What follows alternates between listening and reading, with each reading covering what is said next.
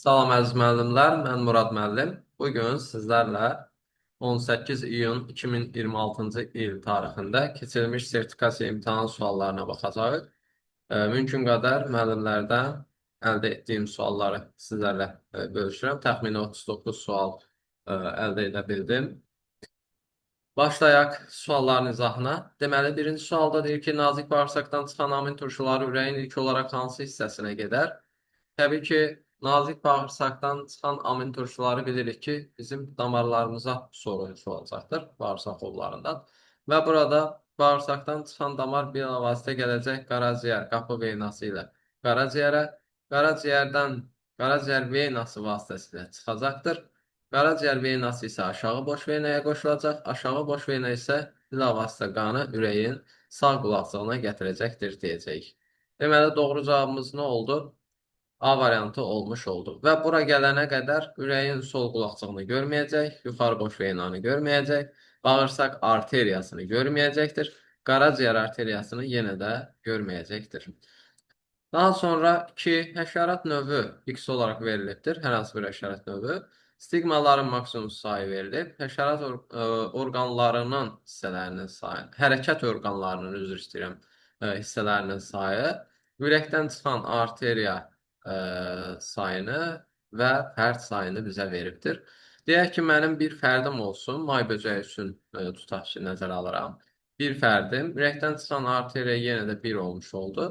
Hərəkət orqanlarının hissələrinin sayı, bir hərəkət orqanı çənə, burma, bud, baldır, pəncə hissələrindən belə deyək, təşkil olunduğu üçün 6 dənə ətrafım olduğu üçün 6 vur 5 bərabərdir nə oldu? 30. Stigmaların maksimum sayı. Mən qarıncıq və döş boğumlarını nəzərə alıram ki, ümumilikdə olacaq 11 ədəd.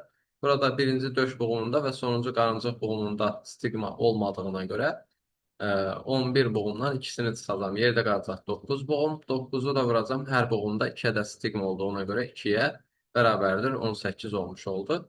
Burada bunlar arasında belə deyək, uyğunluğu seçsək, hansından daha böyük olacaq? Ən böyüyümüz oldu B, daha sonra A, daha sonra C, C isə bərabər oldu nəyə? D-yə. Bu şəkildə, yəni doğru cavabımız Y variantı olmuş oldu. Üçüncü sualda deyir ki, verilənlərdən hansının fəaliyyətinin artması sitoplazmalı sərbəst amil turşularının artmasına səbəb olar? Təbii ki, burada doğru cavabımız olacaq lizosomlar. Sonra 4. Şimpanzedə döş qəfəsi sümüklərindən neçəsi onurğa beyin qorumasında iştirak edir deyir. Burada şimpanzenin bilirəm ki, döş qəfəsi sümüklərinə qabırğalar, döş sümüyü, bir də 13 ədəd döş fəqərəsi aid idi. Və burada onurğa beyni qoruyan sümüklərdən, döş qəfəsinə aid olan sümüklərdən sadəcə döş fəqərələrimiz olmuş olacaq. Bu da elə 13 ədəd olduğuna görə doğru cavab A olmuş olacaqdır.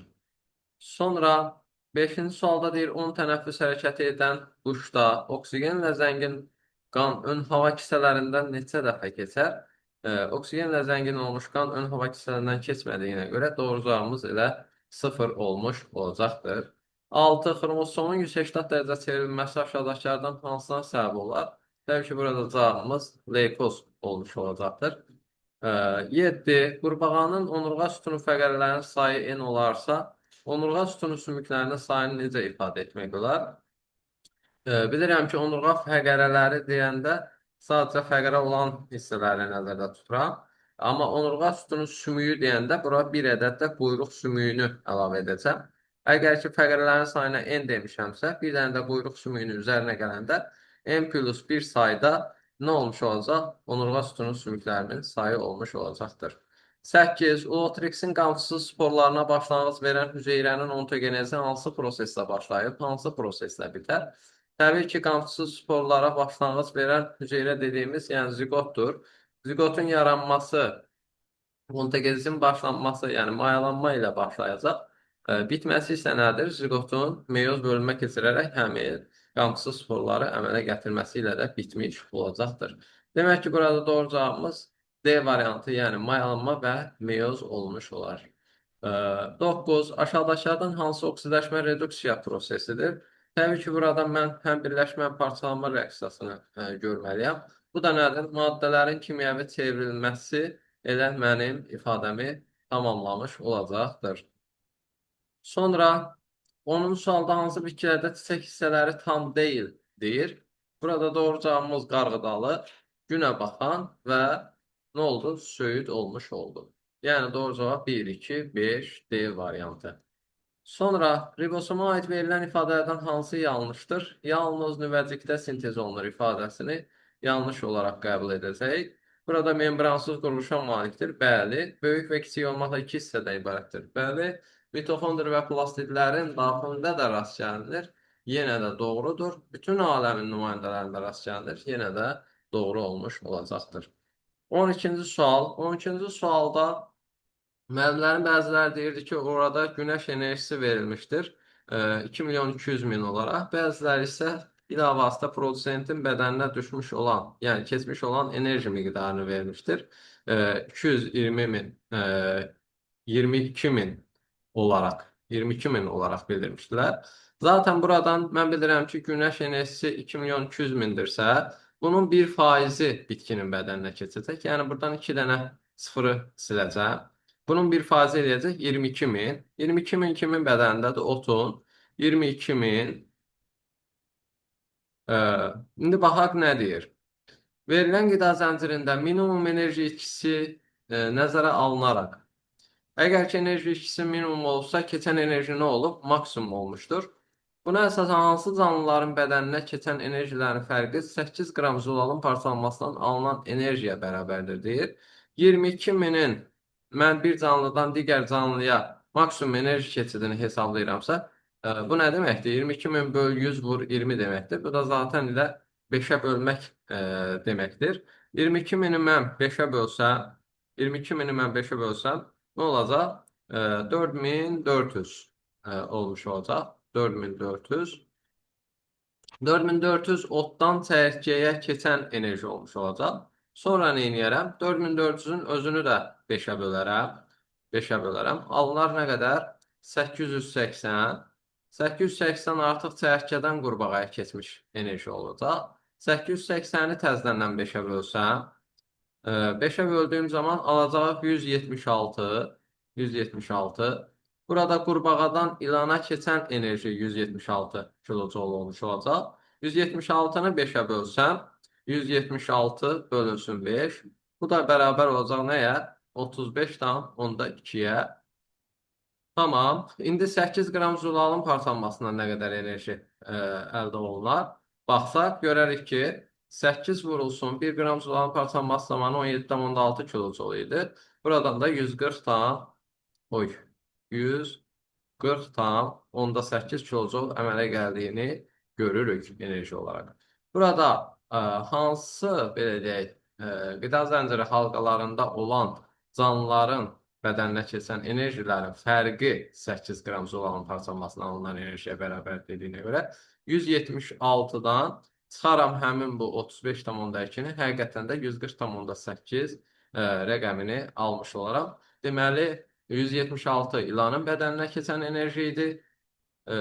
Digəri nə qədər idi? Kirpinin bədəninə keçən 35,2 idi. 176-dan 35,2-ni çıxanda həqiqətən 140,8 kilojoule enerji almış oluram. Demək ki, cavabım nə oldu? Y variantı ilan, kirpi. 13. X və Y üçün doğru ifadəni müəyyən edin. Bədən temperaturunu veribdir və ətraf mühit veribdir. Ətraf mühit təsirindən X-in bədən temperaturu heç bir dəyişikliyə uğramayıb, amma Y-in bədən temperaturu nə edib? Bu cür artış göstəribdir və yaxud da ümumiyyətlə dəyişim göstəribdir. İfadələrə baxdığım zaman doğru ifadələri seçməm istəyir. 1. Y dolayı yolla inkişaf edə bilər deyir. Baş verə bilər inkişafı, yəni dolayı yolla. Bəli, baş verə bilər. Çünki Y-in bədən temperaturu hətta mühitdən asılı olaraq dəyişirsə, tutaq ki, bu suda quruda yaşayan olaraq nəzərə ala bilərəm Y-i və dolayı yolla inkişafı baş verə bilər deyərəm. X istiqanlıdır. Bəli, X-in bədən temperaturu ətraf mühitdən asılı olmadığına görə X istiqanlı olmuş olacaq. Quş və yaxud da məməli olmuş oldu. Bu şübhələnməli olduğuna görə X-in ürək kameralı 3-dür ifadəsi yanlış olmuş oldu. Çünki bunlarda ürək kameralı 4 ədədidir. 4-də deyir, Y buynuzlaşmış pulcuğu olan canlı ola bilər deyir. Burada da 4 də yenə də doğru olmuş olacaqdır. 1, 2, 4 doğru cavab Y variantı olar. 14. Aşağıdakılardan hansı dişi çay xərçənginin yalnız baş-döş hissəsində yerləşər deyir. Burada təbii ki, doğru cavabımız 1 ifrazat olacaqdır. 3 cinsiyyət. Pilus, bir dənə də tənəffüs sistemini nəzərə alacaq. Doğru cavab 2, 3, 5, yəni B variantı olar. 15. Deməli, burada rəqəmlərlə verilib 4 kameralı ürək, çənədə dişləri yoxdur, ətrafları yoxdur, bədən rəngi dəyişə bilir. Bu xüsusiyyətləri uyğun olaraq hansı canlıya aiddir? Seçərik. 4 kameralı ürək, mən seçərəm məsəl üçün timsah üçün. Yəni, 4 kameralı ürək var idi timsahda bilirik ki, çənədə dişlərin olmaması. Buna aid eləyərəm mən tısbağaya. 3 ətrafları yoxdur. Ətrafları olmayan olacaq kim? İlan olmuş olacaqdır.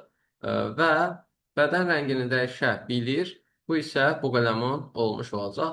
Buna görə də doğru cavabımız D variantı. 3-ə ilan, 2-yə tısbağa, 1-ə timsah və 4-ə isə buqələmun seçmiş olduq.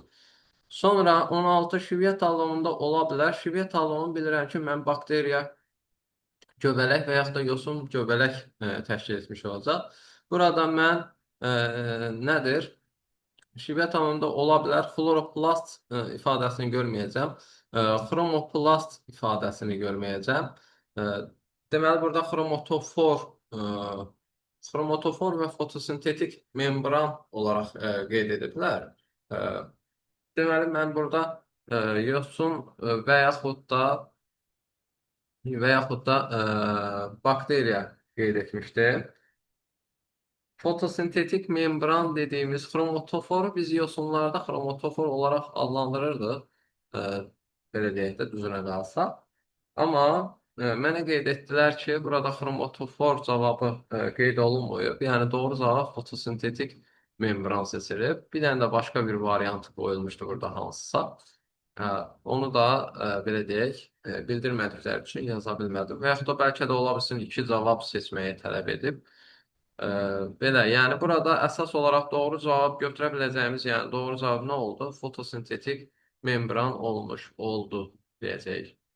Şibiyyət halında yenə təkrar edirəm. Ya bakteriya göbələk olmuş olacaq, ya da ki, yosun göbələk olmuş olacaqdır. Belə, 17-ci sual. Antropogen təsir nəticəsində göldə azot və fosfor miqdarı artarsa, buradakı canlılara ilk olaraq necə təsir edər deyir. Təbii ki, burada başlanğıc olaraq yosunların inkişafı artmış olacaq, kütləvi formada artacaqlar. Nəticə etibarilə suyun üzərində müəyyən bir örtük əmələ gətirəcəklər ki, sonrasında artıq bura suyun, yəni daxilinə oksigenin daxil olması mümkün olmayacaqdır. Nəticədə suyun içərisində altda yerləşmiş canlılar oksigen çatışmazlığından məhv olacaqdır. Bu da kütləvi məhvə gətirib çıxaracaqdır.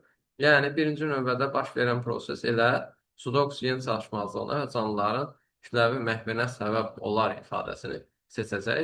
Suyun şəffaflığı artar, işıq alt qatlara daha yaxşı keçər, xeyr. Göldəki balıqların növ müxtəlifliyi və sayı sürətlə artar, əksinə azalar, ölərlər.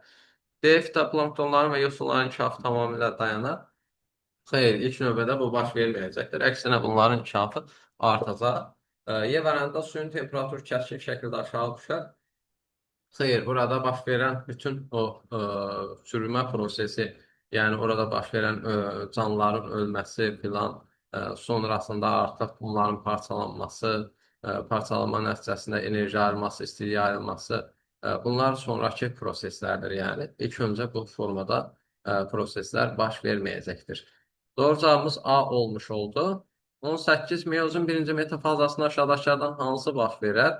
Meyozun birinci metafazasında bilirik ki, homoloji xromosom cütləri ekvator boyunca qarşı-qarşıya düzülmüş olacaqdır. Ona görə elə doğru cavabımız A variantı olar. B variantda deyir, homoloji xromosomlar bir-birindən ayrılaraq düzələn qütblərində çəkilir. Xeyr, bu baş verməyəcək. C. Crossover prosesi baş verir və nüvə pərdəsi itir. Xeyr. Bu da metafazada baş verən bir proses deyildi. Xromatidlər bir-birinə ayrılaraq sərbəst xromosomlara çevrilir. Ümumiyyətlə heç bu meyozun ikinci anafazasında ola biləcək bir prosesdir. Y hüceyrə mərkəzinin sentrolları iki qütbə çəkilərək bölünmə vətənini formalaşdırmaya başlayır. Bölünmə vətəninin ümumiyyətlə formalaşmaya başlaması profaza mərhələsi ilə bağlıdır. Ona görə Y variantı da yanlış olmuş oldu. Doğru cavab A olacaqdır. Hardy-Weinberg qanununa tabe olan populyasiyada resessiv genin tezliyi 0,4 olarsa, heterozigot fərdlərin populyasiyadakı faizini tapın deyir. Mən bir dənə düstur bilirəm, cəmi cümlətəni. P plus Q bərabərdir 1-ə. Heç mənim düsturla filan əlaqəm, belə deyək də, yəni aram yoxdur. Heç istifadə etməyi də sevmirəm. Bəlkə də deyərəm ki, biologiyada yeganə bildiyim düstur budur. Mən heç xoşlamıram, yəni nəyisə standart bir yolla, bir düsturla həll etməyi. Əvvəldən belə olmuşam. Deməli, burada 0,4 olaraq Q-nün yerinə gətirib qoyaram. P nəymiş deməli? P plus 0,4 bərabərdir 1-ə. P bərabər imiş 0,6-ya. Burada heterozigotların faizini dediyinə görə böyük A, kiçik A bərabərdir yazaram. Nə olmuş oldu? Böyük A 0,6, kiçik A 0,4 plus burada qarşısında 2 şəklində göstərdiyi üçün, yəni burada aldığımız ağı təzədən 2-yə vurmalıyıq. Bu da olacaq nə? 6, 4, 24, 2-yə vuranda 0,48. Bunu da faiz olaraq göstərsək 100-ə vurmaq məcburiyyətindəyik və 48% olmuş olar. Sonra qırmızı oxla göstərilmiş hüceyrə haqqında aşağıdakılardan hansı yanlışdır deyir. Qırmızı oxla ilkin evkaryot heyvan hüceyrəsi göstərildiyinə görə burada nüvəsi yoxdur ifadəsini yanlış qəbul edəcəyik. Sonra şəklə əsasən X, Y və Z-i müəyyən edin. Baxın, mən bu sualı tam olaraq qavramadım, nə yalan deyil. Yəni, burada tam olaraq nə demək istəyir? Yəni, bura keçən nədir tam olaraq? Bunu yəni, tuta bilmədim düzünə qalsa. Sadəcə məntiq olaraq fikirləşirəm ki, bir şey ağciyərdən neyini eritrositə keçibdir. Bu ağciyərdən eritrositə keçən bir şey, yəni oksigen ola bilər, başqa bir şey ola bilməz. Ona görə X-i oksigen olaraq qeyd etdim. Birbaşa burada eritrositlərin belə deyək, qaraciyərə yönəldiyini, yəni eritrositlərdən qaraciyərə bir ox çəkildiyini gördüm. Y olaraq işarələyib. Bir də qaraciyərdən də ağciyərə doğru bir dənə ox çəkilibdir. Həmin bu Z olan hissə, bilirəm ki, bir şey ağciyərə gedirsə nədir mütləq ki o?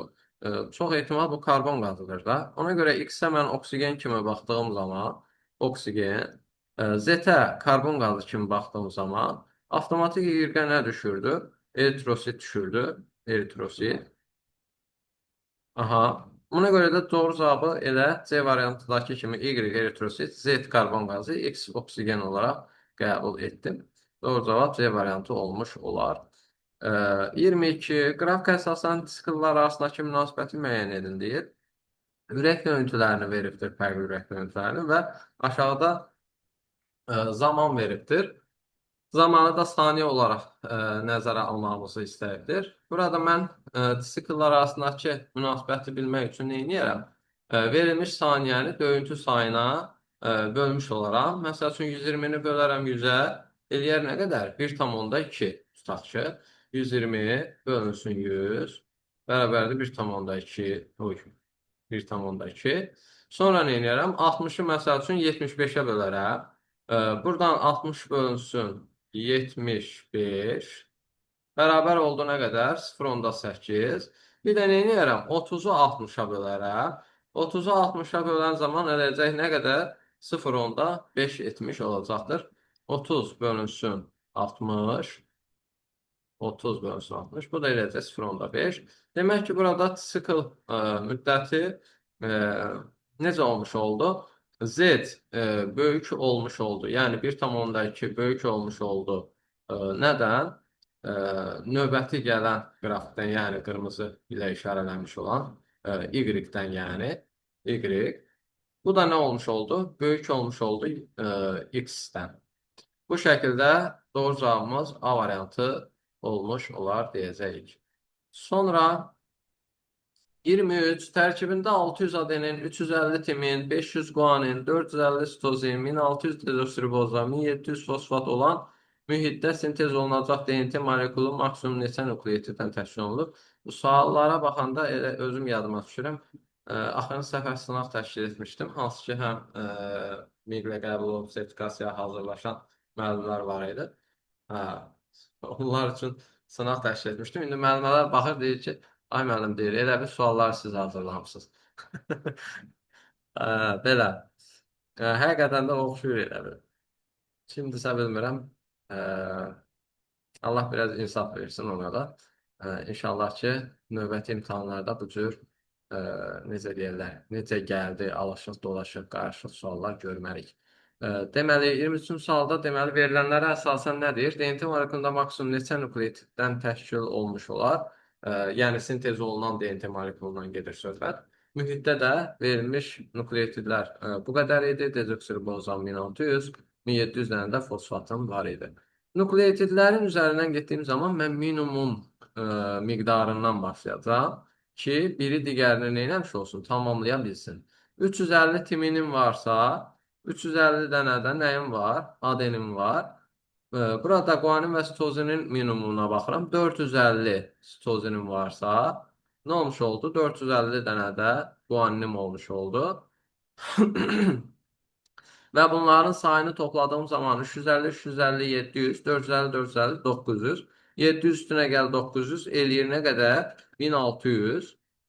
1600-ü də 1600 nukleotid üçündə mən bilirəm ki, 1600 dənə ən azı dezoksiriboza lazımdır, varımdır.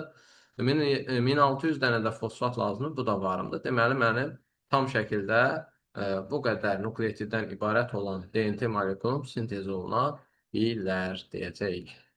Doğru cavab C variantı olar. Sonra 24 verilmiş şəklə əsasən fərdin əmələ gəlməsinə iştirak edən qametlərdə xromosom yığımı normal qametlərdəki xromosom yığımından necə fərqlənər deyir. 21-ci cüt xromosomda xromosom artıqlığı Down sindromu ilə bağlıdır. Təbii ki, heç bunun bura aidiyyatı yoxdur. Sadəcə maylamada iştirak edən qametlərdəki xromosom miqdarının normal qametdəki xromosom miqdarından necə fərqləndiyini deyir. Təbii ki, burada bir vahid xromosom sayı nə olmuş olacaq? Artıq olmuş olacaqdır. Sonra 25 şəkildə bitki toxumunun fərqli hissələri X, Y və Z olaraq işarələnmişdir. Əgər çarpaz tozlanma gedərsə verilmiş bitki toxumundakı hansı hissələrin genotipi ananın genotipindən fərqli olar deyir. Ananın genotipindən fərqli olan hissələr çarpaz mayalanıbsa, deməli, burada həm atanın, həm ananın iştirakı ilə əmələ gələn bir rüşeym olurdu. Bir də endosperm olurdu. Rüşeym və endosperm olan hissələr nədir? Bir, Y ilə işarələnib, o birisi də Z ilə işarələnib. Demək ki, mənim doğru cavabım elə sadəcə Y və Z olmuş olacaq. Toxum qabığı isə sadəcə ananın xüsusiyyətini daşıdığına görə bunu seçməyəcəm. İstəyir çarpaz tozlama olsun, istəyir öz-özünə olsun, fərq etməz. 26. 26-da bu cür bir çarpazlaşma veribdir bizə. Deməli, çarpazlaşmadan əmələ gələn bir heterozigot fərdlərin sayı ümumi nəslin neçə faizini təşkil edəcək? Bu cür çarpazlaşmalarda dedim ki, mən nə edirik? Monohibrid çarpazlaşma şəklində yazaram bunu. Böyüyə, kiçiyə, böyüyə şəklində. Buradan əmələ gəlir yenə böyüyə, bir dənə də böyüyə, kiçiyə. Bu böyüyə, kiçiyə ümumi əmələ gəlmiş fərdlərin 2-dən birini təşkil edir. Yəni bu genotiplərin. Deməli, B-lər üçün yazsam, böyük B, kiçik B, çarpazlaşdı böyük B. Eyni şeydir. Yenə də böyük B, kiçik B əmələ gəlmiş oldu. Böyük B, kiçik B yenə də burada yaranmış iki kombinasiyanın 2-dən birini təşkil etmiş olacaq. C-lərə baxdığım zaman böyük C, kiçik C, böyük C, kiçik C çarpazlaşsın. Böyük C ilə. Buradan böyük C, kiçik C plus böyük C əmələ gələcək. Böyük C, kiçik C yenə də nədir? Heterozigot forma yaranmış bu iki dənə formanın 50%-ni, yəni 2-dən 1 hissəsini təşkil edəcək. 2-də 1 oldu nə qədər? 8-də 1. Deməli, 8-dən 1 ehtimalına mənim hər 3 əlamətə görə heterozigot fərdim əmələ gəlmiş olacaq. Ümumi fərd sayım isə 8 dənə olmuş olacaq. Nəticə etibarilə nə olmuş oldu? 1 bölü 8 mənə 12 tam onda 5% vermiş olacaqdır. Yəni doğru cavabım A olar. Sonra 27 şəkildə 2 ədəd yosunun konjugasiya etməsi göstərilmişdir deyir. Və burada 2 ədəd ziqot yaranıbdır. Ziqotdan sonra hansı ki sakitlik dövrünü keçirdikdən sonra deyir, əmələ gəlmiş ziqotlardan sakitlik dövrü keçirdikdən sonra yaranan fərdlərin və bölünmədən sonra məhv olan hüceyrələrin nisbətini tapın. 2 dənə ziqotun varsa 2 dənə də fərd yaranacaqdır. Amma burada hər ziqot bölünəndə 4 hüceyrə yaranırdı. 2 ziqotun varsa 8 hüceyrə. Yaranmış 4 hüceyrənin 3-ü məhv olurdu. Digər ziqotdan da yaranmış hüceyrələrin 3-ü məhv olacaq. Cəmi 6 hüceyrə məhv olmuş olacaq. 2-nin 6-ya nisbəti elə 1-in 3-ə nisbəti olmuş olacaq deyəcəyik. Sonra 28. Bax bu sualı mən özümdən quraşdırdım. Nə yalan deyim. Verilmiş şəkillər əsasən aşağıdakı ifadələrin doğru olanı seçin deyir. Burada Beffler və Kitayka çarpazlaşması verilibdir. Beffler Kitayka sortu əmələ gəlmişdir. Və burada əlamətləri qeyd etmişəm. Sarı Beffler turşlu adam alikdir deyək ki, yanlış olmuş oldu. Əksinə şirin dadı idi, sulu idi. B-də deyir Kitayka şirin dadama aiddir, yenə yanlışdır. C-də deyir sarı Beffler soyuğa adamdır, xeyr. Bu Kitaykaya aid olan bir xüsusiyyət olduğuna görə Kitayka soyuğa davamlıdır ifadəsini buradan seçmiş olacağım doğru cavab olaraq. Sonra 29 ifadələrdən hansı meningitin törədicilərin heç birinə aid deyil. Hüceyrə divarına malikdir deyir. Hüceyrə divarını məsəl üçün mən bakteriyada görərəm. Bilirəm ki, bunu bakteriyada törədir, virusda, məsəl üçün göbələkdə. Hüceyrə divarına malikdir ifadəsi nədir? Ən azından birinə aid olduğuna görə götürməyəcəm. Qlikokaliksə malikdir. Yenə də ən azından birinə aiddir, götürmürəm. 4 növ nukleotidə sahibdir. Yəni, məsəl üçün, virusları götürərəm, bir növ nuklein turşusu olurdu. DNT tutaq ki, DNT-də də 4 növ nukleotid olmuş oldu. Ona görə C variantı da ən azından birinə aid oldu. D-də deyir, zulal sintezini həyata keçirdir. Məsəl üçün, elə bakteriyanın özü zulal sintezini həyata keçirə bilirdi. Deməli, D variantı getdi. Bir dənə qaldı nə? İxtisaslaşmış hüceyrələr heç birinə aid olmayacaqdır. Bitki təkamülü ilə bağlı verilənlərdən hansı yanlışdır? Burada A variantda perimdə daş kömür meşələrinin yaranması ifadəsi nə oldu? Yanlış olmuş oldu. Əksinə məhv olması baş verirdi bunun. Ona görə də cavabımız A variantı olar. 31. Aşağıdakılardan hansı Adəmova aid deyil? Qılafa malikdir ifadəsi aid olmayacaqdır. Çünki Adəmovun qılafı yox idi və bədəni istənilən istiqamətdə belə axaraq istənilən formanı ala bilirdi. Yalançı ayaqlar vasitəsilə hərəkət edir. Bəli, ikiyə bölünmə yolu ilə çoxalır. Tamam. Qida alınması fagostoz yolu ilə baş verir. Tamam. Yığılıb açılan vakol var. Bu da tamam. Deməli, mənim elə bir dənə aid olmayan variantım A variantı olmuş oldu. 32 aşağıdakılardan hansı öküz sol terinə aiddir? Bunun da cavablarını demək olar ki, özümdən quraşdırmışam. Yetkin fərdə ayrıb tənəffüs edir. Yanlışdır. Geohelmitdir. Xeyr, biohelmitdir. Əsas sahibin bədəninə fina şəklində daxil olur. Bu cavabım nə olmuş oldu? Öküz sol teri üçün keçərli oldu. İnsan bişirilməmiş əti yeyəndə nə edirdi? Finna şəklində insanın bədəninə daxil olurdu və finnadan başçıq boyuncuq nəhayət boğumlar nəticə etibarilə yumurta qoyurdu. Yumurta kimdə qoyursa deyək ki, onun yumurta qoyduğu canlı onun əsas sahibi idi. Demək ki, burada insan da həmin öküz sotenin əsas sahibi olmuş olacaqdır. Doğru cavab nədir? C variantı. Sonra aşağıda şəkildə x, y və z X, Y, Z və T ilə işarələnmiş canlılara aid verilmiş xüsusiyyətlərə əsasən canlıların adlarını müəyyənləşdirin. Adlarını müəyyənləşdirin. Tamam. Burada şərt biraz səhv qoymuşam. Canlıların adlarına uyğun olaraq belə deyək, adlarını həm də xüsusiyyətlərini yox, düz qoymuşuq. Deməli, X, Y, Z və T xüsusiyyətinə uyğun olaraq mən ad müəyyənləşdirəcəm. Tamam. X 12 cüt qabırğaya sahibdir. Bu olacaq oranqutan. Y ümumi bədən nisbətlərinə görə insana bənzəyirdir. Bu gorilladır. Z kəllənin quruluşu və ətrafların ölçüsünə görə insana bənzəyir. Şimpanze olacaq bu. T insandakı kimi hamar kəlləyə sahibdir. Bu da hibbon olmuş oldu. Elə doğru cavabımız A olar. Sonra 34 aşağıda iki fərqli qrafik verilmişdir. Qrafik əsasən doğru ifadəni seçin deyir. Burada birinci qrafikdə oksimoqlobinin maksimum miqdardan ikinci hissədə miqdarın dəyişilməsini görürəm. Üçüncü hissədə isə yenə sabit olaraq davam edir və oksimoqlobin miqdarı nədir? Azalmış olduğunu görürəm. İkinci qrafikdə isə ilk hissədə oksimoqlobin miqdarı azdır. İkinci qrafikin ikinci hissəsində artıq oksimoqlobin miqdarında artış görüldü. Üçüncü hissəsində isə yenə də sabitlik görülmüş oldu. Buna əsasən, məsəl üçün, A variantında qeyd etmişəm. Bir nömrəli qrafikin birinci hissəsi ağciyər venasına uyğun olar.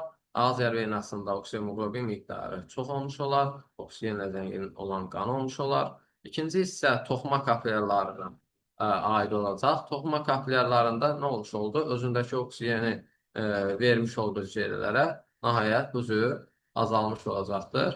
Üç hissə nədir? Burada həmin miqdarın sabit olduğunu qeyd edirik və bu isə yuxarı boş venada qanın vəziyyətini həqiqətən də bizə göstərmiş oldu. Elə doğru cavabımız A variantı olar. 35 burada ad şərti olaraq belirtilir. Zümrüd kəndə babası ilə getmişdi. Babası cavan zoğdan bir qədər kəsib nisbətən yoğun zoğa yerləşdirdi. Babanın etdiyi calaq hansı calaq növüdür deyir. Burada doğru cavabımız yarma calaq olmuş olar deyəcəyik. 36. Şəkildə nömrələnmiş hissələrlə bağlı doğru ifadələr müəyyən edin deyir.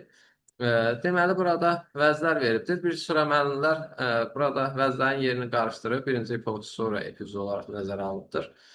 Əksinə olmalıydı. Birinci epifiz, sonra hipofiz olaraq qeyd etməliyik. Rəqəmlərə uyğun olaraq. Deməli, burada birinci cinsiyyət vəzlərinin vaxtdan əvvəl geçməsinin qarşısını alır, bioloji saat rolunu oynayır. Uşaqlarda vəzin hormonu artıq ifraz olunarsa nəhəng olуğa səbəb olurdu. Hiperfunksiyası zamanı həm uşaqlarda, həm böyüklərdə bezodov xəstəliyi yaradırdı və qanda kalsium miqdarını azaldır. Uşaq yaşlarında vəzin ölçüsü böyük olur, yetkin halda isə böyüməni dayanır. Ölçüləri kiçilir. İfraz etdiyi hormon qanda şəkərin miqdarını artıra bilir. Məsəl üçün, bu ifadələrə uyğun olaraq hansı nömrəyə uyğun olduğunu, belə deyək, uyğunluğun olduğunu seçməliyik. Məsəl üçün, bir nömrəli şəkildə verilmiş hissəyə nədir? A uyğun olar. Cinsiyyət vəzlərinin vaxtından əvvəl geçməsinin qarşısını alır. Məsəl üçün, epifiz həqiqətən də bunu edə bilirdi. 2-yə aid edəcəyik nəyi? Uşaqlarda vəzin hormonu artıq ifraz olunarsa nəhəng olуğa səbəb olurdu. 2 artıq mənim hipofisim olduğuna görə həqiqətən də bu ifadə buna uyğundur. 3-ə isə məsəl üçün Y variantında nəyi qoymuşam? 3-ə D-ni qoymuşam. Hiperfunksiyası zamanı həm uşaqlarda, həm də böyüklərdə bazidov xəstəliyi yaradır. Təbii ki, burada nə oldu? Bu, qalxana bənzər vəz olmuş oldu və həqiqətən də hiperfunksiyası zamanı həm uşaqlarda, həm böyüklərdə bazidov xəstəliyinin əmələ gəlməsinə səbəb olurdu. Doğru cavabımız elə Y variantı olacaq. Digərlərinə baxsaq, həqiqətən də görəcəksə hansısa bir variantda nə qoymuşam? Uyğunsuzluq, belə deyək, qoymuşam orada və bu səbəbdən, yəni hər birində hansısa bir rəqəmlə verilmiş ifadənin uyğun olmadığını görəcəksiniz. 37. Onurğalıların neçə sinifində dişi heteroqametliyə rast gəlinir deyir. Təbii ki, burada bir quş sürünənlərdə və quşlarda bu heteroqametlik, dişi heteroqametlik görmüş olacaq. Daha sonra 38-ci suala baxaq. Analizatorun hansı hissəsi zədələnərsə görmə pozular deyir. Analizatorların bir, ənsə payının zədələnməsi görmənin pozulmasına səbəb olacaq. Bir də görmə sinirlərinin zədələnməsi nədir? Görmə pozulmasına səbəb olacaqdır. Yəni, doğru cavabımız olacaq 1 və 4. 39. Şəkildə qadın cinsiyyət sisteminin fərqli hissələri X, Y və Z hərfi ilə işarə edilmişdir. Buna əsasən aşağıdakı ifadələrdən hansı yanlış olar deyir. X, Y, Z ilə işarələnmiş hissədə Z uşaqlıq, X uşaqlıq borcusu, Y isə nədir? Yumurtalıqdır. X olan hissədə mayalanmanın baş verdiyi yerdir deyir. Bəli, uşaqlıq borcusunda mayalanma baş verə bilir. Y burada meyoz prosesi baş verir. Y nədir? yumurtalıqdır. Bəli, meyoz prosesinin nəticəsində qamet yaranmış olacaqdır. Z4-ün inkişafı burada baş verirdir. Z uşaqlıq olduğuna görə dölün inkişafı burada baş verə bilirdi. Y-də deyir mayalanma baş verə bilir. Y nədir? Yumurtalıqdır. Ona görə burada mayalanma baş verməz. Elə yanlış cavabımız D variantı olmuş olacaqdır. Belə əziz müəllimlər, əldə edə bildiyim suallar bundan ibarət idi. Ümid edirəm ki, sizlər üçün açıqlayıcı oldu izahımız. Dinlədiyiniz üçün təşəkkür edirəm. Sağ olun, salamat qalın.